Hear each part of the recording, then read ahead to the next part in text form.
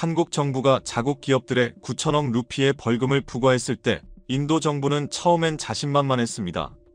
우리에겐 14억의 거대한 내수 시장이 있다. 외국 기업들이 줄 서 있다. 굴복하지 않으면 떠나라. 그들의 목소리는 단호했고 언론은 이를 새로운 인도의 자존선언이라 불렀습니다. 하지만 72시간의 최후 통첩이 끝났을 때 삼성의 단 한마디가 인도 전역을 얼어붙게 만들었습니다. 그날 이후 50만 명이 하루아침에 일터를 잃었고 공업 도시 라이라이는 순식간에 정전과 실업, 혼돈 속으로 휘말렸습니다. 모디 총리가 사과 성명을 발표했지만 이미 30년에 걸친 신뢰는 무너진 뒤였습니다. 도대체 무슨 일이 있었던 걸까요? 그날의 충격적인 이야기를 이제부터 들려드리겠습니다. 나는 라지브 메타 델리 경제정책연구원의 선임연구위원입니다. 10년 동안 인도 산업정책의 자문으로 일하며 한국 기업들의 성장과 협력을 가까이서 지켜봤습니다. 그러나 그날 아침 내 사무실로 들어온 첫 소식은 믿기 어려웠습니다. 타밀나두 주지사가 갑작스레 긴급 기자회견을 열었다는 겁니다. 그는 굳은 표정으로 단호히 말했습니다. 이제 외국 기업들, 특히 한국 기업들은 인도를 값싼 노동력 공급처로 여기지 마시오. 그의 목소리는 자존심과 분노가 섞여 있었고 회견장은 긴장감으로 가득했습니다. 하지만 그 다음 문장은 폭탄과도 같았죠. 72시간 내 우리의 요구를 수용하지 않으면 특별세를 부과하겠다. 그 순간 뉴델리의 경제계 전체가 충격에 휩싸였습니다. 삼성, LG, 현대자동차 등 인도 전역에 진출한 한국 대기업들이 동시에 비상회의를 소집했고 나 역시 정부 자문단의 일원으로 현황 분석을 맡게 되었습니다. 대체 무슨 요구를 하겠다는 거지? 모두가 당황했죠. 직접 확인해야겠다는 생각이 들어 나는 현장으로 향했습니다. 트리페룸 부두르 산업단지. 삼성의 스마트폰 생산 기지가 자리한 곳이었죠. 2만 명이 일하는 세계 최대 규모의 공장 중 하나로 인도에서 판매되는 스마트폰 5대 중 1대가 바로 여기서 만들어졌습니다. 하지만 그날 공장 정문 앞의 공기는 무겁고 뜨거웠습니다. 수천 명의 노동자들이 붉은 머리띠를 두르고 구호를 외쳤습니다. 우린 인간이다. 한국인처럼 대우하라. 플래카드에는 자극적인 문구가 가득했습니다. 10년간 속았다. 인도의 자존심을 되찾자. 기술 착취를 멈춰라.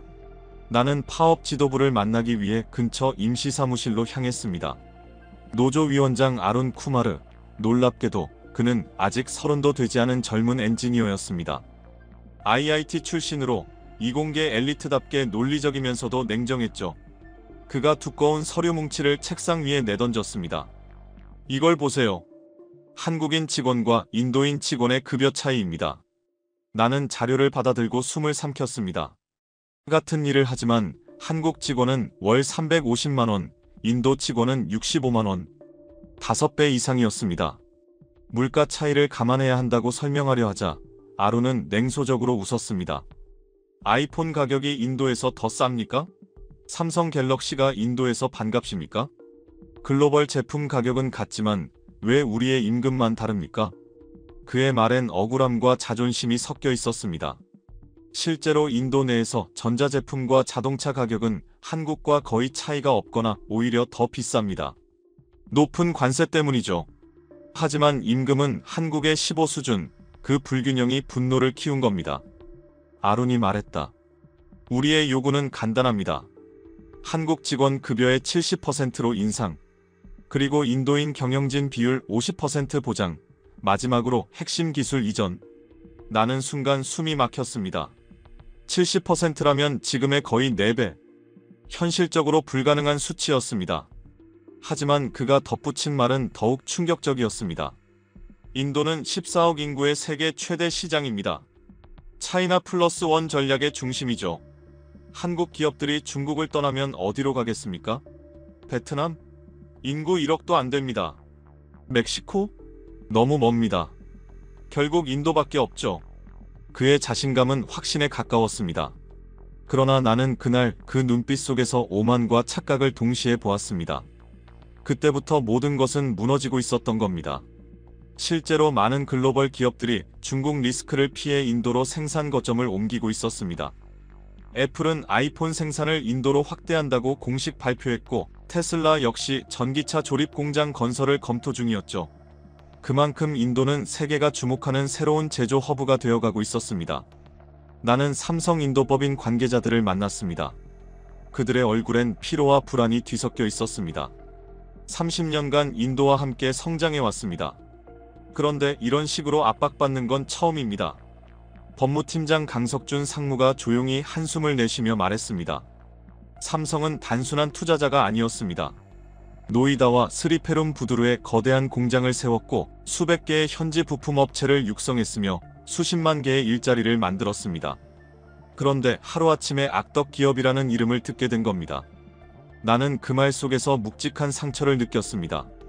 수년간 쌓아온 협력과 신뢰가 단 한 번의 정치적 바람에 무너지고 있었습니다. 문제는 정치권이 개입하기 시작했다는 점이었습니다. 여당 BJP 의원들이 연이어 기자회견을 열며 외국 기업의 착취를 더 이상 용납하지 않겠다고 외쳤고, 야당 역시 인도 노동자의 권익을 수호하겠다며 경쟁적으로 목소리를 높였습니다. 정치가 민심을 자극했고 민심은 언론을 흔들었습니다. 신문 일면엔 자극적인 헤드라인이 연일 실렸습니다. 한국 기업, 인도를 조립공장으로 전락시켜 기술 이전 없는 착취 구조. TV 뉴스 앵커는 분노에 찬 표정으로 외국 자본의 오만함을 비판했고, SNS에서는 해시태그 KUREANCORPORATIONOUTOFINDIA 해시태그가 트렌드 1위를 차지했습니다. 그 아래엔 삼성 불매운동을 선언하는 수많은 글들이 쏟아졌죠.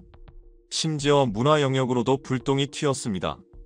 한국 드라마와 K-팝을 보이콧하자는 움직임이 확산되었고, 인도 청년들 사이에서는 우리 문화를 되찾자는 구호가 퍼져나갔습니다. 그때부터 나는 단순한 노사 분쟁이 아니란 걸 느꼈습니다. 이건 누군가가 계획한 프레임 전쟁이었고, 표면 아래엔 더 큰 의도가 숨어 있었습니다. 72시간의 최후 통첩 시계가 째깍거리는 가운데 불안은 점점 현실이 되어갔습니다. 삼성 인도법인 회의실은 전쟁터처럼 긴박했습니다. 본사에서 급파된 협상팀과 현지 경영진들이 밤새 대책을 논의하고 있었죠. 나 역시 컨설턴트로서 전략수립회의에 참석했습니다. 노조 대표단과의 첫 공식 협상이 이틀 뒤로 예정되어 있었기 때문입니다. 그러던 중 협상 전날 밤 나는 뜻밖의 제보를 받았습니다. 현지 직원 프리아가 내게 스마트폰 화면을 보여주며 말했습니다. 라지브 씨, 이 영화 보셨어요? 볼리우드의 신작 블록버스터 영화였습니다. 그 영화에서 한국 기업의 사장이 탐욕스럽고 냉혹한 악당으로 등장했습니다. 인도 노동자를 착취하다가 결국 응징당하는 내용이었죠. 프리아가 말했습니다. 이 영화 지금 난리예요. 개봉 2주 만에 관객이 2천만 명을 넘었어요. 사람들은 영화 속 악당을 실제 한국 기업과 동일시하기 시작했습니다. SNS엔 영화 대사를 인용하며 현실의 착취자에게 경고한다는 글이 넘쳐났죠. 그때 나는 깨달았습니다. 이건 단순한 임금 협상이 아니라 문화 전쟁이었습니다. 오랫동안 K-팝과 한국 드라마로 쌓아온 긍정적 이미지가 단 며칠 만에 무너지고 있었죠. 그리고 마침내 운명의 협상날이 밝았습니다. 스리페룸부두르의 한 호텔 대회의실. 노조 대표 30명과 삼성 협상팀이 마주 앉았습니다. 공기엔 긴장감이 감돌았고 모두의 시선이 한 사람에게 향했습니다. 노조위원장 아룬 쿠마르가 입을 열었습니다. 우리는 단순한 조립 노동자가 아닙니다. 삼성 스마트폰의 품질을 책임지는 기술자들입니다. 그의 목소리는 단호했고 그 말은 전쟁의 시작을 알리는 신호탄이었습니다. 그런데 왜 베트남 공장 직원보다도 적게 받아야 합니까? 아룬이 단호하게 말하며 손에 들고 있던 자료를 펼쳤다. 그 안에는 베트남, 중국, 멕시코에 있는 삼성 공장의 임금 수준이 정리되어 있었고 놀랍게도 인도가 가장 낮았다. 인도는 IT 강국입니다. 구글, 마이크로소프트의 CEO가 인도인이죠. 그런데 왜 제조업에서만 우리는 하청 취급을 받아야 합니까? 그의 목소리는 젊었지만 그 안에는 자존심이 뒤섞인 분노가 서려 있었다. 삼성 측 수석 협상가 박찬욱 전무가 조심스럽게 입을 열었다. 임금은 각국의 물가와 생활 수준을 고려해 책정된 것입니다. 인도 내에서도 우리가 지급하는 급여는 평균보다 훨씬 높은 수준입니다. 평균이라뇨? 인도 평균을 말씀하시는 겁니까? 아론은 비웃듯 고개를 저었다. 우리는 삼성글로벌의 직원입니다. 왜 인도 평균과 비교합니까? 삼성글로벌 평균과 비교해야죠. 순간 회의실 공기가 얼어붙었다. 양측의 시선이 마주쳤지만 어느 누구도 물러서지 않았다. 협상은 완전히 평행선을 달리고 있었다. 노조 측은 한치의 양보도 없었다. 70% 인상 없이는 합의할 수 없습니다. 그 목소리는 돌처럼 단단했고 삼성 측 역시 단호했다. 그건 불가능합니다. 회사의 원가 구조상 감당할 수 없습니다. 그때 노조 부위원장 라제 씨가 불쑥 말을 꺼냈다.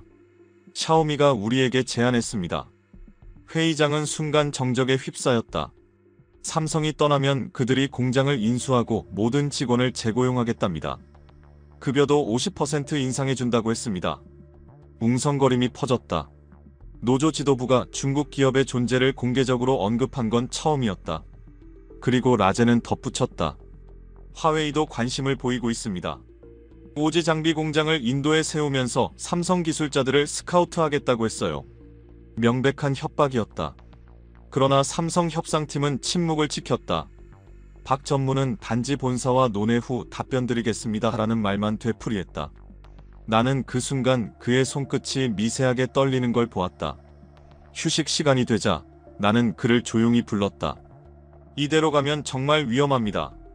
어느 정도는 양보해야 하지 않을까요? 그가 씁쓸하게 웃었다. 양보요? 이미 많이 했습니다. 작년에도 15%를 인상했고 보너스도 역대 최고로 지급했어요. 그런데 이제 와서 4배를 달라니 이건 협상이 아니라 강탈입니다. 그의 말은 사실이었지만 나는 여전히 불안했다. 협상은 이미 감정의 영역으로 넘어가고 있었다. 논리가 아닌 자존심이 움직이는 싸움이 된 것이다. 예상대로 분위기는 더욱 험악해졌다. 노조 측이 새로운 요구를 내놓은 것이다. 한국인 주재원 숫자를 절반으로 줄이세요. 그리고 그 자리를 인도인으로 채워야 합니다. 또 연구개발센터를 인도에 세워 핵심 기술을 이전하십시오. 그건 단순한 임금 협상이 아니었다. 사실상 경영권 이양을 요구하는 것이었다. 박 전무의 얼굴이 굳어졌다. 회의장은 숨소리조차 들리지 않았다. 그게 받아들여지지 않으면 무기한 파업에 돌입하겠습니다. 그리고 타밀나두 정부는 특별세 30%를 부과할 겁니다. 아룬의 목소리는 냉철했고 그 말이 끝나자 회의장은 무겁게 가라앉았다. 박 전무가 조용히 자리에서 일어났다. 오늘은 여기까지 하죠. 본사와 충분히 논의한 후 다시 만나겠습니다. 협상은 결렬됐다. 노조 대표들은 서로 미소를 지으며 회의장을 나섰다. 그들은 14억 시장의 힘을 믿고 있었다. 삼성이 인도를 떠날 리 없다. 그 확신에 찬 표정은 오만에 가까웠다. 하지만 나는 알고 있었다. 서울 본사에서는 이미 다른 시나리오를 검토하고 있다는 것을. 그리고 그 시나리오는 인도가 상상도 못할 것이었다. 협상 결렬 다음 날 나는 이상한 제보를 받았다. 중국계 컨설팅 회사 직원이 노조 간부들과 비밀리에 접촉하고 있다는 내용이었다. 라이의 한 카페로 향한 나는 멀찍이 그들을 지켜봤다. 중국인으로 보이는 남자가 서류 뭉치를 내밀며 뭔가를 설명하고 있었고 아룬과 라제가 고개를 끄덕이며 귀 기울였다. 나중에 알게 된 사실이지만 그 서류에는 한국 기업들의 핵심 기술 자료가 포함되어 있었다. 삼성과 LG의 생산 공정, 주요 부품 공급망, 심지어 일부 엔지니어의 개인정보까지. 중국 기업들이 인도 시장을 노리고 있다는 소문은 오래전부터 들려왔지만 이렇게 노골적으로 개입할 줄은 몰랐다. 그날 나는 처음으로 확신했다. 이건 단순한 임금 투쟁이 아니라 국가 간의 전략 전쟁이었다. 하지만 이렇게 노골적으로 개입할 줄은 몰랐습니다. 며칠 후 더 충격적인 일이 벌어졌습니다. 화웨이가 인도 정부에 거대한 제안을 내놓은 겁니다. 오지 인프라 구축을 위한 100억 달러 투자, 그리고 인도를 아시아의 제조 허브로 만들겠다는 청사진이었습니다. 신문 일면에는 화웨이 인도 대표의 인터뷰가 대서특필되었습니다. 한국 기업들은 인도를 단순 조립 기지로만 봅니다. 하지만 우리는 다릅니다. 그 문장은 의도적으로 한국 기업을 겨냥한 도발이었습니다. 곧 샤오미가 가세했습니다. 삼성이 떠나면 우리가 그 공백을 메우겠다. 오포, 비보 같은 다른 중국 스마트폰 업체들도 인도 투자를 확대하겠다고 발표했습니다. 시장 전체가 요동쳤고 언론은 그들을 새로운 구원자로 묘사하기 시작했습니다. 나는 상황이 심상치 않다고 느꼈습니다. 그래서 독자적으로 조사를 시작했습니다. 그리고 그 결과는 충격적이었습니다. 지난 6개월 동안 중국 기업들이 인도 정치인들에게 거액의 정치 자금을 흘려보냈다는 정황이 드러났습니다. 타밀나두 주정부의 고위 관료들이 중국을 비밀리에 방문했고 그곳에서 정책적 협조를 대가로 한 모종의 거래가 있었다는 증언도 확보했습니다. 중국은 1대1로 전략의 일환으로 인도 제조업을 장악하려 하고 있습니다. 한국 기업을 몰아내고 그 자리를 차지하려는 겁니다. 익명을 요구한 인도 정보부 관계자의 목소리는 냉정했습니다. 그러나 그보다 더 충격적인 사실이 기다리고 있었습니다. 삼성과 LG의 핵심 엔지니어들에게 비밀 스카우트 제안이 들어오고 있었던 겁니다. 연봉 3배, 자녀 교육비 전액 지원, 심지어 중국 영주권까지 포함된 조건이었습니다. 한 인도인 엔지니어는 내게 털어놓았습니다. 화웨이에서 연락이 왔습니다.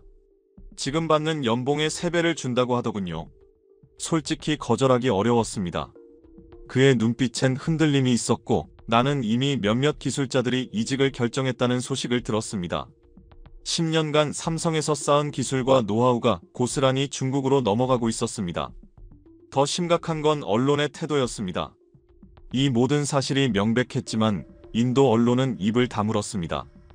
오히려 중국 기업을 구세주처럼 묘사했죠. 중국은 진정한 기술 이전을 약속했다.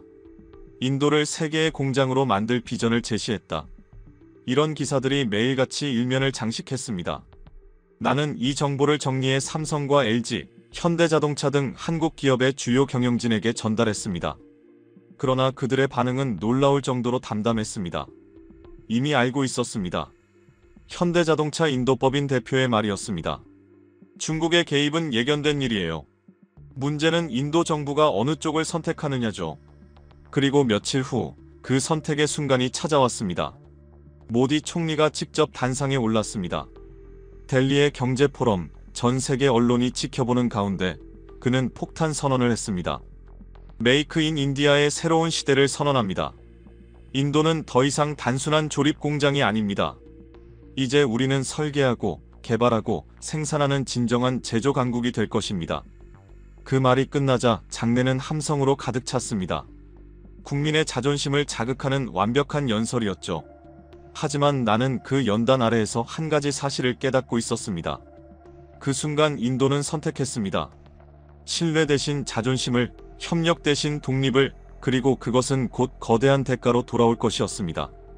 외국 기업의 현지화 비율 70% 의무, 그리고 핵심 기술 이전 없이는 사업 허가를 취소하겠다는 조항이 발표되었습니다. 또 인도인 경영진 비율 최소 50% 보장. 이건 명백히 한국 기업들을 정조준한 규제였습니다. 외국 기업들이 인도를 존중하지 않는다면 우리도 그들을 필요로 하지 않습니다. 14억 인구의 내수 시장은 우리의 무기입니다. 모디 총리의 목소리는 단호했고 연설이 끝나자 인도 기업인들은 자리에서 일어나 길게 박수를 쳤습니다. 하지만 외국 기업 대표들의 얼굴은 창백했습니다. 특히 한국 기업들에게 이 발언은 치명적인 직격탄이었습니다. 삼성 인도법인에서 긴급회의가 소집되었습니다. 나도 자문위원 자격으로 참석했습니다. 회의실 분위기는 마치 장례식장 같았습니다. 70% 현지화는 불가능합니다. 생산 담당 임원이 고개를 저으며 말했습니다. 핵심 부품은 한국과 베트남에서 들여옵니다. 인도 내에서 자체 생산 체계를 구축하려면 최소 5년은 걸립니다. 연구개발 책임자가 덧붙였습니다. 더 큰 문제는 기술 이전이에요. 디스플레이나 반도체 기술을 넘기라는 건 회사의 미래를 포기하라는 뜻입니다. 그의 말에 회의장은 조용해졌습니다. 서울 본사와의 화상회의가 이어졌습니다. 화면 속 회의실엔 경영진 전원이 모여 있었고 공기엔 묘한 긴장감이 감돌았습니다. 인도 정부가 정말 진심입니까? 본사 부사장이 물었습니다. 완전히 진심입니다. 인도법인 대표가 단호히 답했습니다. 모디 총리가 직접 나섰으니 번복은 없을 겁니다. 그때 화면 너머에서 회장의 목소리가 들려왔습니다. 짧고 굵은 한 문장이었습니다. 신뢰가 깨진 곳에서는 사업을 할 수 없다. 그 말은 곧 결정이었습니다. 삼성의 30년 인도 역사는 그 순간 종언을 맞은 것이나 다름없었죠. LG와 현대자동차도 비슷한 결론에 도달했습니다. 나는 각 기업의 고위 관계자들과 비공식적으로 만났는데 모두 같은 말을 했습니다. 인도가 우리를 내치려 한다면 우리도 대안을 찾아야죠. LG 인도법인 전무가 담담히 말했습니다. 현대자동차 쪽은 훨씬 직설적이었습니다. 라이 공장에 20억 달러를 추가 투자할 계획이었지만 전면 재검토하겠습니다. 반면 인도 정부는 자신만만했습니다. 14억 시장을 포기할 수는 없을 것이다. 그들의 계산은 단순했고 그 오만함은 위험했습니다. 하지만 그들은 몰랐습니다. 한국 기업들이 이미 플랜 B를 가동 중이었다는 사실을.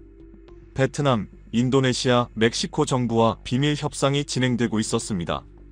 특히 베트남 정부는 파격적이었습니다. 50년 무상 토지 임대, 10년간 법인세 면제, 전력과 용수 무료 공급. 사실상 모든 걸 내주겠다는 조건이었죠. 베트남 총리가 직접 이렇게 말했습니다. 우리는 인도와 다릅니다. 한번 약속하면 끝까지 지킵니다.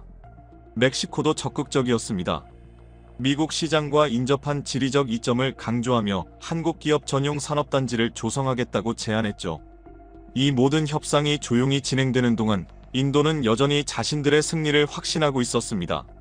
노조는 파업을 이어갔고 언론은 외국 자본의 굴복을 요구하는 사설을 매일 실었습니다. 그러나 10월 3일 모든 것이 뒤집혔습니다. 그날 아침 한국의 주요 기업들이 동시에 기자회견을 열었습니다. 그리고 그들이 발표한 내용은 인도 전역을 충격에 빠뜨렸습니다. 뉴델리 오베로이 호텔, 오전 10시 정각. 삼성전자 인도법인 대표 김재선 사장이 단상에 올랐습니다. 300명이 넘는 기자들이 숨을 죽인 채 그를 바라봤습니다. 무거운 정적이 감돌았습니다. 먼저 지난 30년간 삼성을 사랑해주신 인도 국민들께 감사드립니다. 그 첫마디가 들리자 회의장은 미묘한 공기로 바뀌었습니다. 감사라는 단어가 마치 작별 인사처럼 들렸기 때문이죠. 그는 이어 말했습니다. 삼성은 1995년 인도에 첫 발을 디딘 이후 이곳을 제2의 고향으로 여기며 함께 성장해왔습니다. 노이다와 스리페룸 부두르 공장에서 10만 명이 넘는 인도인과 함께 일하며 매년 80억 달러 이상을 인도 경제에 기여해왔습니다. 그가 잠시 말을 멈추고 물을 한 모금 마셨습니다. 기자들의 시선은 모두 그의 손끝에 집중되었습니다. 공기마저 숨죽인 듯한 그 정적 속에서 나는 느꼈습니다. 곧 인도 역사에 남을 한 문장이 터져나오리라는 것을. 하지만 최근 상황은 우리에게 매우 실망스럽습니다. 상호 신뢰와 존중이라는 비즈니스의 기본 원칙이 무너졌습니다. 일방적인 요구와 압박, 그리고 정치적 개입은 건전한 기업 활동을 불가능하게 만들었습니다. 김재선 사장의 목소리는 차분했지만 단단했습니다. 여기까지는 모두 예상했던 수준이었죠. 그러나 다음 문장에서 모든 게 뒤집혔습니다. 따라서 삼성전자는 노이다 스마트폰 공장의 단계적 생산 축소를 결정했습니다. 향후 6개월 동안 생산 라인을 베트남과 인도네시아로 이전할 예정입니다. 그 순간 회의장은 폭발하듯 술렁였습니다. 곳곳에서 탄성이 터졌고 몇몇 인도 기자들은 자리에서 벌떡 일어났습니다. 잠깐! 그럼 2만 명의 직원들은 어떻게 됩니까? 기자의 외침이 울려 퍼졌습니다. 김 사장은 잠시 고개를 숙였다가 담담히 대답했습니다. 희망퇴직을 신청하는 직원들에게는 충분한 보상금을 지급할 것입니다. 또한 재취업 교육 프로그램도 제공하겠습니다. 순간 플래시가 터졌습니다. 하지만 진짜 충격은 그 다음 문장이었습니다. 그리고 당초 계획했던 5조 원 규모의 반도체 공장 건설 계획을 전면 백지화합니다. 이 투자는 베트남 하노이 인근으로 변경될 예정입니다. 그 한 문장이 인도의 심장을 멈추게 했습니다. 5조 원, 인도 화폐로 3,500억 루피, 그건 인도의 산업 지도를 바꿀 수 있는 거대한 프로젝트였습니다. 이 공장이 완성되면 직간접 고용만 20만 명, 인도를 반도체 허브로 도약시킬 수 있는 기회였죠. 왜 이런 극단적인 결정을 내리신 겁니까? 한 기자가 소리쳤습니다. 김 사장의 표정은 냉정했습니다. 신뢰가 깨진 곳에서는 미래를 계획할 수 없습니다. 오늘 70%를 요구하면 내일은 100%를 요구할 것입니다. 이런 불확실성 속에서 장기 투자는 불가능합니다. 그의 목소리는 낮았지만 모든 이의 가슴에 깊게 파고들었습니다. 기자회견이 끝나자마자 나는 호텔 밖으로 나왔습니다. 로비 한쪽에서 LG 관계자들이 분주히 움직이고 있었습니다. 그들 역시 비슷한 발표를 준비하고 있었습니다. 오후 2시 LG전자가 공식 성명을 냈습니다. 푸네 공장의 생산을 전면 중단합니다. 가전제품 생산 라인을 태국과 베트남으로 이전합니다. 그 결과 8,000명의 인도 노동자가 일자리를 잃었습니다. 오후 4시, 이번엔 현대자동차의 차례였습니다. 라이 공장의 신규 투자 계획을 전면 중단합니다. 특히 계획 중이던 전기차 배터리 연구소 설립을 철회합니다. 그 발표는 사실상 인도 전기차 산업의 미래를 끊어놓는 결정이었습니다. 하지만 진짜 충격은 그 다음이었습니다. 삼성, LG, 현대와 거래하던 127개의 한국 중소기업들이 동반 철수를 선언한 겁니다. 대기업이 떠나는데 우리만 남아서 무엇을 합니까? 한 자동차 부품업체 대표의 절망 섞인 말이 기억에 남습니다. 그날 오후 인도 증시는 즉각 반응했습니다. 센섹스 지수가 4.7% 폭락, 루피와 가치도 급락했습니다. 외국인 투자자들이 인도 주식을 던지기 시작했습니다. 델리 증권거래소 앞 전광판에는 붉은 숫자가 줄지어 깜빡였죠. 저녁 뉴스는 완전히 뒤집혔습니다. 앵커들이 당황한 표정으로 속보를 전했습니다. 한국 기업들의 탈출이 시작됐다. 인도 제조업에 비상이 걸렸다. 하지만 정부와 노조의 반응은 여전히 오만했습니다. 한국 기업들이 블러핑을 하고 있다. 14억 시장을 포기할 리 없다. 타밀나두 주지사의 성명이었습니다. 노조위원장 아룬도 비슷한 말을 했습니다. 겁주기 작전일 뿐이다.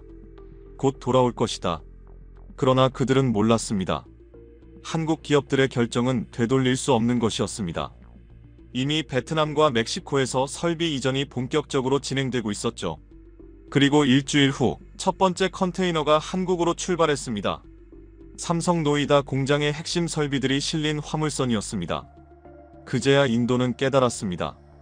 이게 진짜라는 걸. 한국 3대 기업의 철수 발표 이후 나는 믿을 수 없는 광경을 목격했습니다.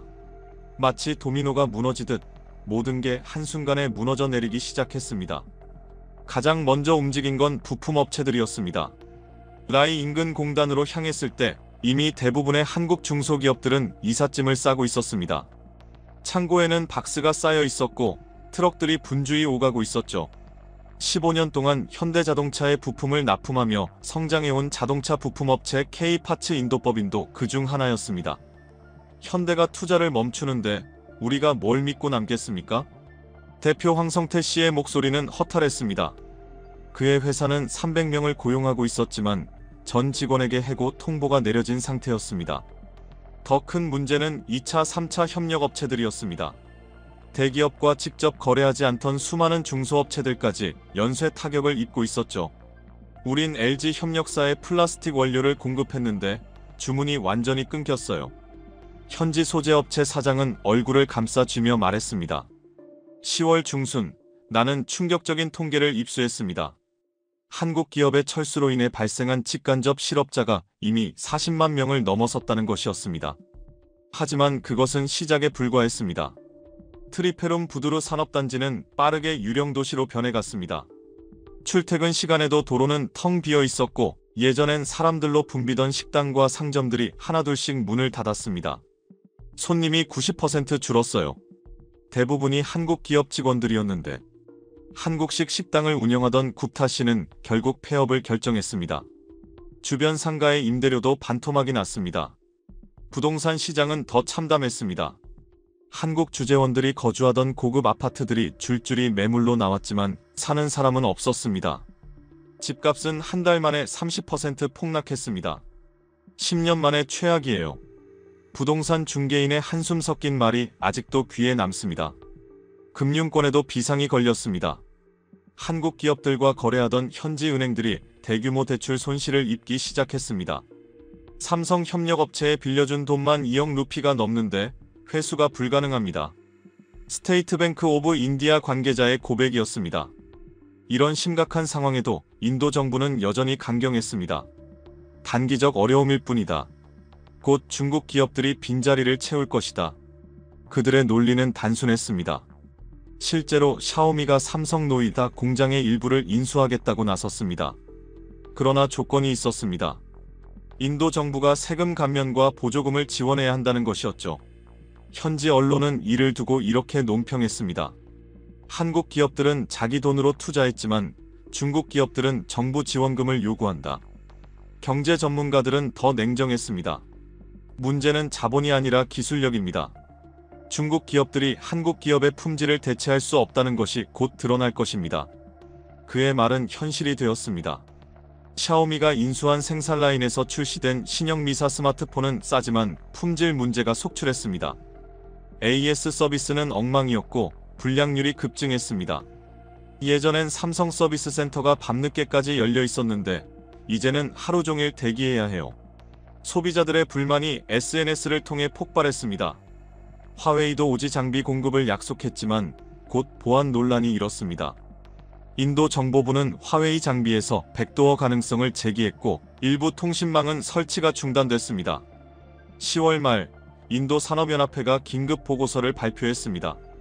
제목은 충격적이었습니다. 한국 기업 철수로 인한 인도 경제 손실 GDP의 0.8%.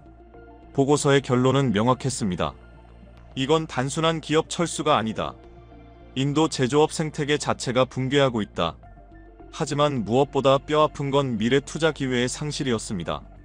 한국 기업들이 인도에 계획했던 대규모 프로젝트들이 모두 다른 나라로 이전된 것이었죠. 그제야 일부 정치인들이 위기를 인정하기 시작했습니다. 그러나 이미 너무 늦었습니다. 11월 한때 인도의 디트로이트라 불리던 도시는 완전히 달라져 있었습니다. 나는 매일 거리로 나가 그 풍경을 기록했습니다.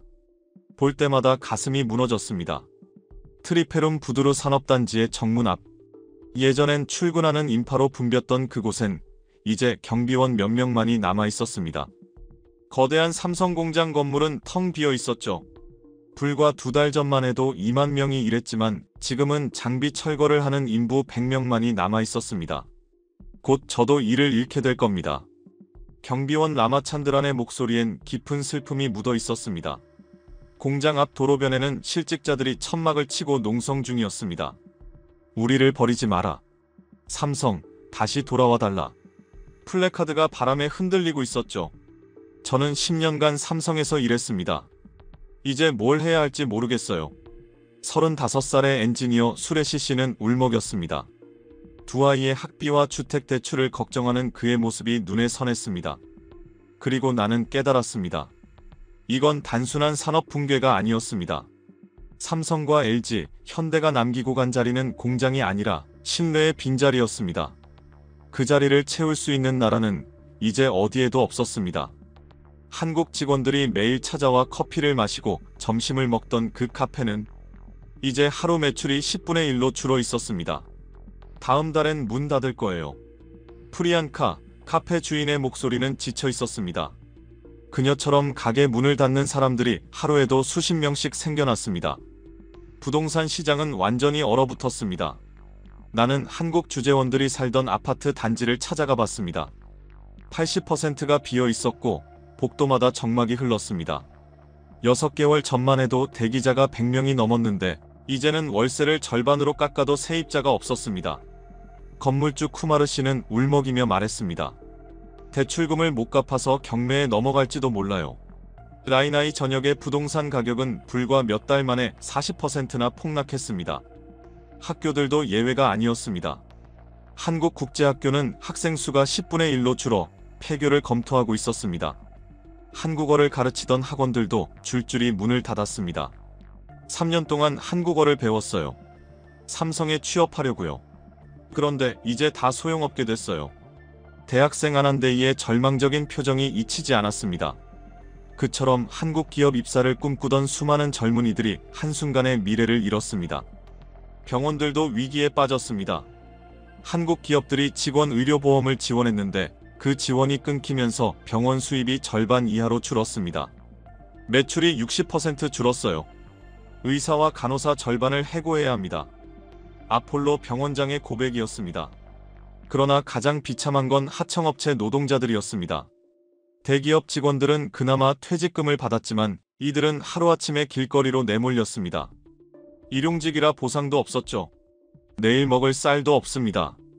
청소용역업체 직원 칸나 씨는 가족 5명을 부양해야 하지만 수입이 완전히 끊겼다고 했습니다. 11월 15일 라이 시청 앞에서 대규모 시위가 벌어졌습니다. 실직자 5만 명이 모여 정부의 대책을 요구했습니다. 한국 기업 쫓아내더니 이제 우리더러 어떻게 살란 말입니까? 분노한 군중의 외침은 하늘을 찔렀고 일부 시위는 폭력 사태로 번져 경찰과 충돌했습니다. 타밀나두 주정부는 급히 긴급 실업 대책을 발표했습니다. 하지만 역부족이었습니다. 월 5천 루피의 실업 수당으로는 생계가 불가능했습니다. 애들 학원 끊고 작은 집으로 이사했어요. 그래도 생활비가 모자라요. 전직 현대자동차 직원 라비 씨의 가족은 하루 2끼로 줄였다고 했습니다. 그처럼 중산층에서 빈곤층으로 추락한 가정이 끝없이 늘어났습니다. 언론들도 이제서야 사태의 심각성을 깨닫기 시작했습니다. 라이 경제 비상사태, 50만 실업대란, 굵은 글씨의 헤드라인이 신문 일면을 뒤덮었습니다. 하지만 가장 뼈아픈 건 젊은 세대의 미래가 사라졌다는 사실이었습니다. 한국 기업들이 운영하던 기술 교육 프로그램, 인턴십, 해외 연수 기회가 모두 사라졌습니다. 삼성 SDS 아카데미에서 소프트웨어 교육을 받고 있었는데 갑자기 문을 닫았어요. 이제 어디서 배워야 하죠? 공대생 카르틱의 물음에 나는 아무 대답도 할 수 없었습니다. 라이가 한때는 기회의 도시라 불렸지만 이제는 희망이 사라진 도시가 되어 있었습니다. 인도의 디트로이트는 그렇게 인도의 러스트벨트로 변해가고 있었죠. 그러던 11월 말 극적인 반전이 일어났습니다. 그토록 강경하던 노조가 무릎을 꿇은 것이었습니다. 삼성 공장 정문 앞 천막 농성 50일째 되는 날, 노조 위원장 아룬 쿠마르가 기자들 앞에 섰습니다. 그의 얼굴은 초췌했고 예전에 자신감 넘치던 눈빛은 사라져 있었습니다. 그는 떨리는 목소리로 말했다. 우리가 잘못했습니다. 14억 시장만 믿고 너무 오만했습니다. 삼성과 한국 기업들에게 진심으로 사과드립니다. 그가 고개를 숙이자 뒤에 있던 노조원 수천 명이 일제히 무릎을 꿇었습니다. 모두가 숨을 삼킨 채 그 장면을 바라봤습니다. 그 인상 요구를 철회하겠습니다. 예전 조건 그대로 일하겠습니다. 제발 돌아와 주세요. 아룬의 목소리는 떨리고 있었습니다. 그 눈빛 속에는 후회와 두려움, 그리고 늦은 깨달음이 섞여 있었습니다. 그날의 정적은 30년 신뢰의 무게가 무너져 내리는 소리처럼 느껴졌습니다. 불과 2달 전만 해도 한국 기업 없어도 된다고 외치던 사람들이었습니다. 하지만 지금 그들의 표정은 완전히 달라져 있었습니다. 노조 부위원장 라제 씨는 울먹이며 말했습니다. 우리 때문에 50만 명이 일자리를 잃었습니다. 가족들에게 얼굴을 들 수가 없어요. 그의 고백은 절망에 가까웠습니다. 실제로 파업을 주도했던 지도부는 엄청난 압박을 받고 있었습니다. 실직자들이 분노에 차서 그들의 집 앞까지 찾아와 항의했죠. 너희들이 잘난 척하다가 우리 모두를 망쳤다. 격앙된 실직자 한 명은 아룬 위원장의 멱살을 잡기도 했습니다. 며칠 후 나는 아룬을 따로 만나 그의 속내를 들었습니다. 그는 한참 침묵하다가 힘겹게 입을 열었습니다. 처음엔 중국 기업들이 좋은 조건을 제시했습니다. 하지만 한국 기업이 떠나자 태도가 완전히 달라졌어요. 오히려 더 나쁜 조건을 내걸더군요. 그는 샤오미가 제시한 급여가 삼성의 절반 수준이었다고 털어놓았습니다. 중국 기업들은 시장을 장악하자마자 계약 조건을 악화시키고 노조를 압박하기 시작했습니다. 우리가 속은 겁니다. 그들은 처음부터 한국 기업을 몰아내는 게 목적이었어요. 아룬의 목소리엔 후회가 가득했습니다. 노조가 무릎을 꿇었지만 한국 기업들의 반응은 냉담했습니다. 이미 베트남과 멕시코로의 이전이 진행 중이었죠. 삼성인도법인은 단 한 줄의 성명만을 남겼습니다. 신뢰 회복에는 시간이 필요합니다. 당분간 현재 계획을 유지하겠습니다. 그 말은 사실상 인도로 돌아오지 않겠다는 뜻이었습니다. 절망한 노동자들은 점점 더 극단적인 행동에 나섰습니다. 일부는 단식 투쟁에 돌입했고 심지어 분신을 시도하는 사람도 있었습니다. 삼성이 돌아올 때까지 먹지 않겠습니다. 10년차 직원 무르가는 단식 7일째 쓰러져 병원으로 실려갔습니다. 이런 비극이 이어지자 인도 사회의 분위기도 변하기 시작했습니다. 그동안 한국 기업을 비난하던 언론들이 방향을 바꿔 노조와 정부를 비판하기 시작했습니다. 노조의 과도한 요구가 모든 걸 망쳤다. 정부의 포퓰리즘이 경제를 파탄으로 몰았다. 신문들은 연일 이런 사설을 실었습니다. 특히 젊은 세대의 분노가 컸습니다. SNS에는 분노의 글이 쏟아졌습니다. 우리의 미래를 도둑맞았다. 아룬 쿠마르는 책임져라. 대학생들은 노조 사무실 앞에서 항해 시위를 벌였고 젊은 노동자들이 들고 있던 피켓에는 이런 문구가 적혀 있었습니다. 우린 일하고 싶다. 하지만 일할 공장이 없다. 결국 아룬은 노조위원장직에서 물러났습니다. 모든 책임은 제게 있습니다. 용서를 구합니다. 그의 퇴진은 조용했지만 그 여파는 컸습니다. 이미 모든 게 늦어버린 뒤였죠. 한국 기업들이 30년간 쌓아온 신뢰는 불과 2달 만에 완전히 무너졌습니다. 가장 안타까운 건 평범한 노동자들이었습니다. 그들은 단지 정당한 대우를 원했을 뿐이었습니다. 하지만 지도부의 과욕과 정치 세력의 이용으로 모든 걸 잃게 된 것이었습니다. 우린 그냥 한국 직원들처럼 인정받고 싶었어요. 이렇게 될 줄은 정말 몰랐습니다. 전직 삼성 직원 고빈 씨의 눈물 어린 고백이 내 마음을 깊이 파고들었습니다. 노조의 항복은 너무 늦었고 대가는 너무 컸습니다. 12월 나는 한 문서를 입수했습니다. 그건 한국 기업들이 인도에 계획했던 미래 프로젝트 청사진이었습니다. 그걸 보는 순간 인도가 무엇을 잃었는지 실감했습니다. 먼저 삼성의 계획이었습니다. 라이 인근에 5조 원 규모의 반도체 공장을 건설할 예정이었죠. 인도 최초의 첨단 반도체 생산 시설이 될 프로젝트였습니다. 이 공장이 완성되면 인도는 반도체 생산국의 반열에 오를 겁니다. 삼성 반도체 부문 임원의 말이 기억납니다. 직접 고용 1만 명, 간접 고용 10만 명, 연간 생산액 100억 달러. 그 프로젝트는 인도를 아시아의 반도체 허브로 만들 수 있었습니다. 더 놀라운 건 기술 이전 계획이었습니다. 삼성은 인도 공과대학들과 협력해 현지 엔지니어를 양성하려 했습니다. 10년 안에 인도 엔지니어들이 독자적으로 반도체를 설계할 수 있도록 만드는 비전이었죠. 하지만 이제 그 꿈은 베트남으로 옮겨갔습니다. 하노이 인근에 똑같은 규모의 공장이 세워지고 있었습니다. 현대자동차의 계획은 그보다 더 야심찼습니다. 체나이를 전기차 생산 거점으로 만들려 했던 겁니다. 2030년까지 연간 50만 대 전기차 생산, 배터리 공장과 충전 인프라까지 구축하는 마스터 플랜이 존재했습니다. 우린 단순한 자동차 공장이 아니라 인도의 미래 산업을 함께 만들려 했습니다. 현대차 인도법인 기획팀장의 목소리가 아직도 귀에 맴돕니다. 특히 핵심은 배터리 연구소였습니다. LG 에너지 솔루션과 합작으로 세계 최대 규모의 배터리 공장을 세울 예정이었죠. 인도의 풍부한 리튬 자원을 활용해 배터리 원가를 30% 낮출 수 있었습니다. 그 프로젝트가 성공했다면 인도는 전기차 시대의 중심 국가로 도약할 수 있었을 겁니다. 하지만 그 기회는 사라졌습니다. 그리고 인도는 그날 이후 다시는 14억 시장의 힘만을 믿지 않게 되었습니다. 하지만 그 기회도 날아갔습니다. LG의 계획 역시 인상적이었습니다. 그들은 인도를 가전제품 수출의 중심 기지로 만들려 했습니다.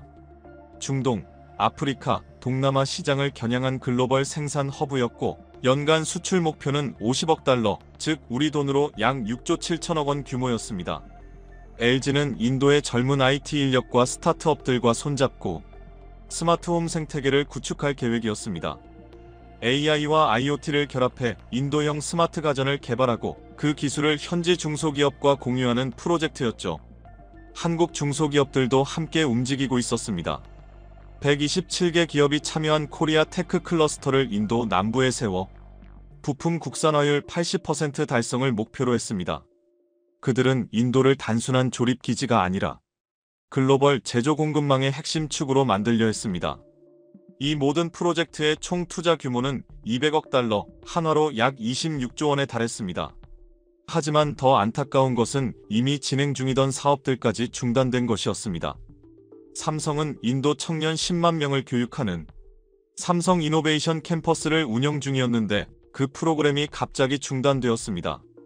코딩, 인공지능, 빅데이터를 무료로 배울 수 있었던 기회였죠.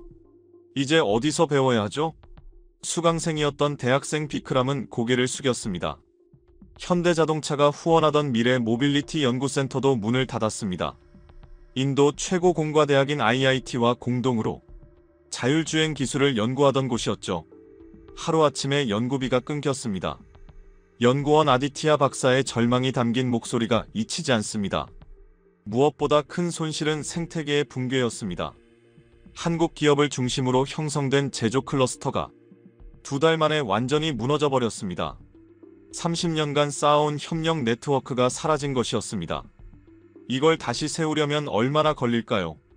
인도 산업연합회 사무총장은 한숨을 내쉬었습니다. 그리고 12월 15일 베트남 정부가 발표를 했습니다. 한국 기업들과 포괄적 경제동반자 협정을 체결했습니다. 삼성의 반도체 공장, 현대의 전기차 공장, LG의 배터리 공장 모두 베트남으로 이전된다는 내용이었죠. 인도가 잃어버린 미래를 베트남이 고스란히 가져간 순간이었습니다. 인도 정부는 뒤늦게 움직였습니다.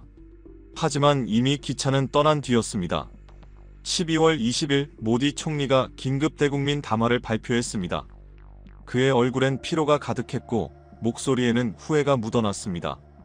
친애하는 국민 여러분, 우리는 실수를 인정해야 합니다. 성급한 결정으로 소중한 파트너를 잃었습니다. 인도 총리가 공개적으로 잘못을 인정한 것, 그것은 극히 이례적인 일이었습니다. 그만큼 사태가 심각했다는 뜻이었죠. 한국 기업들은 지난 30년간 인도의 발전을 함께한 동반자였습니다. 우리는 그들의 기여를 제대로 평가하지 못했습니다. 모디는 구체적인 유인책을 발표했습니다. 한국 기업 복귀를 위한 특별법 제정, 10년간 법인세 면제, 무상부지 제공, 규제 전면 철폐, 그리고 이렇게 말했습니다. 한국 기업이 돌아온다면 인도는 모든 지원을 아끼지 않겠습니다. 이것은 인도 정부의 진심입니다. 그러나 한국 기업들의 반응은 냉담했습니다. 삼성은 검토하겠다는 짧은 입장만을 냈고 LG와 현대는 아예 아무런 반응조차 보이지 않았습니다. 신뢰는 한번 깨지면 회복하기 어렵습니다. 한국 대사관 관계자의 짧은 말이 모든 걸 설명했습니다. 더 큰 문제는 국제 신용도였습니다. 무디스와 S&P가 인도의 신용등급 전망을 안정적 부정적으로 하향 조정한 것입니다. 이유는 명확했습니다. 정책의 일관성 결여, 외국인 투자 환경 악화. 그 결과 다른 외국 기업들도 하나둘씩 인도 시장에서 발을 빼기 시작했습니다. 가장 먼저 움직인 건 일본 기업들이었습니다. 도요타가 확장 계획을 보류했고 소프트뱅크는 신규 투자를 전면 중단했습니다. 한국 기업들이 당한 일이 우리에게도 일어날 수 있다. 그것이 일본 재계의 판단이었습니다. 유럽 기업들도 마찬가지였습니다. 폭스바겐은 전기차 공장 계획을 재검토했고 시멘스는 투자 규모를 절반으로 줄였습니다. 미국 기업들도 관망세로 돌아섰습니다. 테슬라는 인도 진출을 무기한 연기했고 애플조차 생산 확대 계획을 중단했습니다. 이제 전 세계가 말했습니다. 인도 리스크가 너무 크다. 결국 타밀나두 주지사가 사퇴했습니다. 저의 오만함이 재앙을 불렀습니다. 용서를 구합니다. 새로 취임한 주지사는 첫 일정으로 한국 대사관을 방문했습니다. 그는 무릎을 꿇고 이렇게 말했습니다. 어떤 조건이든 수용하겠습니다. 제발 다시 기회를 주세요. 인도 재계도 총력전에 나섰습니다. 타타, 릴라이언스 같은 대기업들이 한국 기업 복귀 펀드를 조성하며 모든 힘을 쏟아부었습니다. 하지만 이미 너무 늦었습니다. 한국 기업들은 떠난 게 아니라 다시는 돌아오지 않을 만큼 상처를 받았던 것이었습니다. 한국 기업이 돌아온다면 인프라 구축 비용 전액을 지원하겠다는 파격적인 제안까지 나왔습니다. 그러나 이미 한국 기업들은 새로운 미래를 그리고 있었습니다. 그 무대는 베트남, 멕시코, 인도네시아였습니다. 인도의 당분간 계획은 없습니다. 삼성 고위 임원의 단호한 대답이었습니다. 그해 마지막 날 12월 31일 인도 증시는 연중 최저치로 한 해를 마감했습니다. 루피와 같이 역시 사상 최저를 기록했죠. 모디 정부의 백기 투항은 너무 늦었고 그 대가는 너무나 컸습니다. 인도는 제조업 굴기의 꿈을 스스로 포기한 나라로 기록되었습니다. 해외 언론의 분석이 쏟아지던 그 시점, 나는 한 가지 일을 결심했습니다. 한국 기업들이 인도에 남긴 진짜 유산을 정리하자. 그것이 내가 쓴 보고서 알려지지 않은 진실의 시작이었습니다. 보고서가 공개되자 인도 언론들은 이를 대서특필했습니다. 우리가 잃은 것은 단지 공장이 아니라 미래였다. 그제야 사람들은 현실을 깨닫기 시작했습니다. 1. 고용과 기술의 유산. 한국 기업들이 직접 고용한 인원은 10만 명, 간접 고용까지 포함하면 100만 명이 넘었습니다. 그 대부분이 지금은 실업자가 되어 있었습니다. 하지만 그들은 단순한 노동자가 아니었습니다. 한국 기업은 일자리만 준 게 아닙니다. 기술을 가르쳤고 글로벌 스탠더드를 교육했습니다. 전직 삼성 교육 담당자의 말이었습니다. 실제로 한국 기업 출신 인도인들은 어느 나라, 어느 회사에서도 환영받는 인재였습니다. 2. 기술 이전의 규모. 가장 놀라운 건 기술 이전 실적이었습니다. 30년 동안 한국 기업들이 인도에 전수한 기술은 무려 3,000개 항목을 넘었습니다. 반도체 설계부터 자동차 엔진, 친환경 소재, 정밀 가공까지 한국은 아낌없이 기술을 나눴습니다. 한인도 공과대학의 김석 교수는 이렇게 평가했습니다. 일본 기업은 핵심 기술을 절대 내주지 않습니다. 중국 기업은 조립만 시키죠. 하지만 한국은 달랐습니다. 그들은 함께 배우고 함께 성장했습니다. 3. 교육과 인재 양성. 한국 기업들의 교육 투자는 국가 단위의 프로젝트와 맞먹었습니다. 설립 지원한 기술학교만 50곳, 내년 졸업 예정 인원은 2만 명에 달했습니다. 삼성 테크 인스티튜트에서 3년간 공부했습니다. 학비는 전액 무료였고 졸업 후엔 취업까지 보장됐죠. 그런 기회가 또 어디 있겠어요? 졸업생 나울은 그렇게 말했습니다. 지금 그는 생계를 위해 우버 택시를 운전하고 있었습니다. 그의 눈빛에는 자부심과 동시에 씁쓸함이 비쳤습니다. 4. 사회공헌과 사람들의 기억. 한국 기업들의 사회공헌 규모도 압도적이었습니다. 30년 동안 교육 의료 환경 분야에 투자한 금액은 30억 달러, 우리 돈으로 약 4조 원이었습니다. 특히 의료 지원이 컸습니다. 삼성이 인도에 세운 첫 종합병원은 매년 10만 명이 넘는 환자를 무료로 치료했습니다. 현대자동차가 운영한 이동진료소는 전기차를 개조해 만든 의료 차량으로 오지 마을을 돌며 아이와 노인을 치료했습니다. 우리 마을에 처음으로 의사가 온 게 현대의 이동진료소였어요. 그 덕분에 많은 생명을 구했습니다. 타밀나두 시골 마을 이장의 증언이었습니다. 5. 환경과 지속 가능성. 환경 분야에서도 한국 기업들의 철학은 달랐습니다. 그들은 인도 정부 기준보다 3배나 엄격한 환경 규제를 스스로 적용했습니다. 삼성 공장 주변 공기가 라이 지역에서 가장 깨끗했습니다. 환경단체 활동가의 말이었습니다.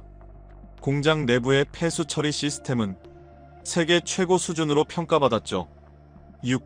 산업 생태계의 기적. 가장 중요한 건 산업 생태계였습니다. 삼성, LG, 현대를 중심으로 수백 개의 인도 중소협력업체가 성장했습니다. 한국 기업은 거래처를 단순한 하청이 아니라 파트너로 대했습니다. 한인도 부품업체 대표의 말처럼 그들은 함께 성장했고 함께 세계로 나갔습니다. 그 모든 것이 무너졌습니다.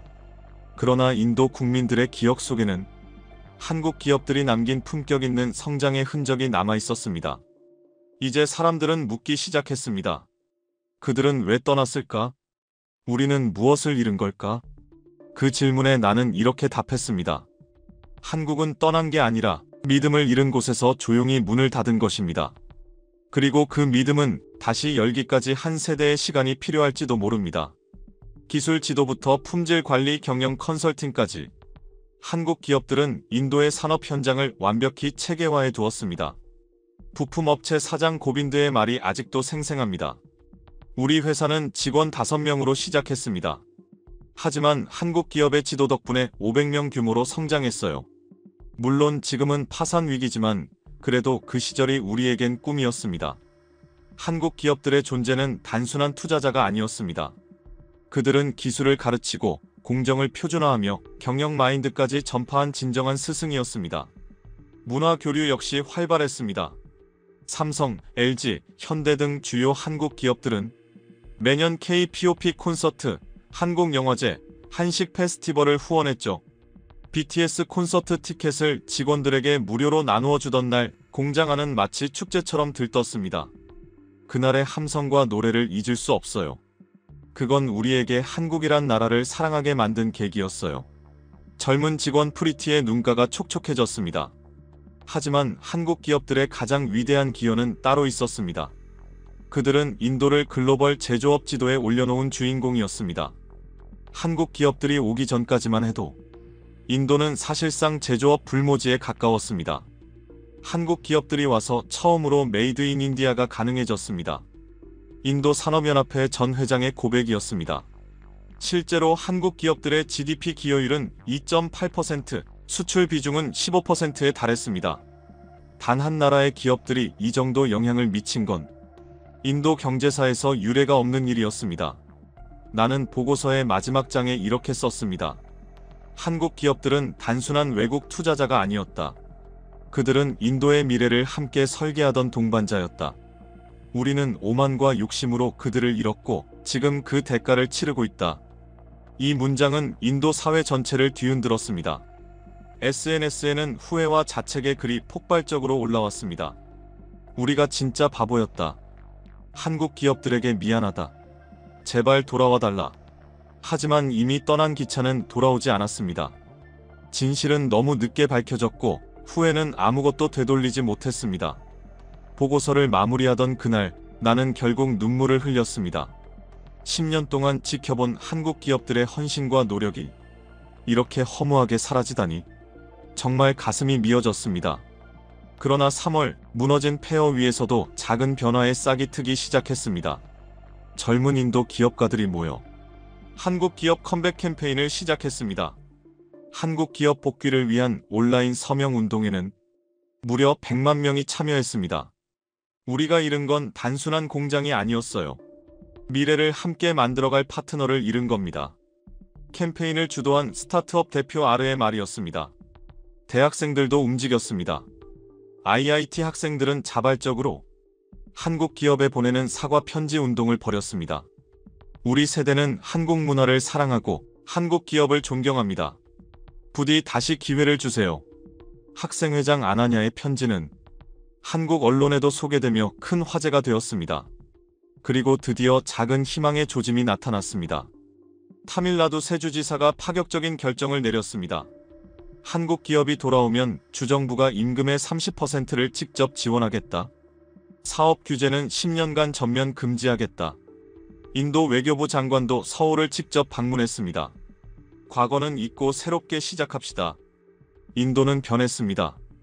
그의 진심 어린 발언은 한국 언론에서도 조용히 주목받았습니다. 그리고 삼성의 한 결정이 다시 희망의 불씨를 남겼습니다. 삼성은 인도 내 소규모 연구개발센터를 철수하지 않기로 결정했습니다. 100명 남짓의 엔지니어가 남아 기초 연구를 이어가고 있었습니다. 완전히 떠나는 건 아닙니다. 언젠가 상황이 나아지면 다시 확대할 수도 있죠. 삼성 관계자의 조심스러운 말이었습니다. 현대자동차 역시 AS 센터 운영을 지속했습니다. 이미 판매된 차량의 서비스는 끝까지 책임지겠다는 약속이었죠. 고객과의 약속은 반드시 지킨다. 그것이 현대의 철학이었습니다. 무엇보다도 인도 사회의 인식이 변했습니다. 이번 사태를 통해 많은 이들이 깨달았죠. 외국 기업도 존중받아야 한다. 신뢰는 비즈니스의 기본이다. 과도한 요구는 모두를 파괴한다. 그 교훈이 사회 전반에 퍼지기 시작했습니다. 일부 한국 중소기업들은 조심스럽게 복귀를 타진하기 시작했습니다. 위험은 크지만 기회도 있습니다. 인도 시장을 완전히 포기할 순 없죠. 조심스럽게 다시 시작해보려 합니다. 자동차 부품업체 대표의 말이었습니다. 그리고 나 역시 희망을 포기하지 않았습니다. 한국과 인도의 관계가 회복될 수 있도록 양국 기업인들의 대화 채널을 만들고 신뢰 회복을 위한 포럼을 열고 젊은 세대들의 교류를 지원하고 있습니다. 그것이 나 한 명의 관찰자로서 그리고 10년간 이 모든 변화를 지켜본 증인으로서 해야 할 마지막 사명이었습니다. 시간이 걸리겠지만 저는 믿습니다. 이 관계는 반드시 회복될 수 있다고요. 30년 동안 쌓아온 우정이 그렇게 쉽게 끝날 리 없으니까요. 최근에는 작은 희망의 조짐도 보였습니다. 삼성이 인도 시장 상황을 지속적으로 모니터링하겠다고 밝힌 것입니다. 그건 곧 완전한 철수는 아니라는 뜻이었죠. 인도가 진정으로 변한다면 우리도 다시 갈 수 있습니다. 그 말 속에서 저는 희망을 보았습니다. 언젠가 한국 기업들이 다시 인도로 돌아올 날이 올 겁니다. 그때는 서로를 진심으로 존중하는 진정한 파트너가 되어 있기를 바랍니다. 그래서 저는 오늘도 라이의 조용한 거리에서 두 나라를 잇는 보이지 않는 다리를 놓고 있습니다. 한국과 인도, 두 나라의 미래를 위해서요. 지금까지 인도라이에서 10년간 한국 기업들의 여정을 지켜본 저 리처드 스미스의 이야기였습니다. 14억의 거대한 시장 속에서 5만 명의 오만이 어떻게 50만 명의 비극을 만들었는지, 30년의 신뢰가 얼마나 쉽게 무너질 수 있는지를 여러분도 보셨을 겁니다. 하지만 아직 희망은 남아 있습니다. 진실은 결국 드러나고 잘못을 인정하는 용기는 언제나 새로운 시작의 문을 열기 때문입니다. 한국 기업의 진짜 가치를 전 세계에 알리기 위해 이 영상을 공유해주세요. 그리고 여러분의 생각을 댓글로 들려주세요. 구독과 좋아요 잊지 마시고요. 다음에도 더 깊고 놀라운 이야기로 찾아뵙겠습니다.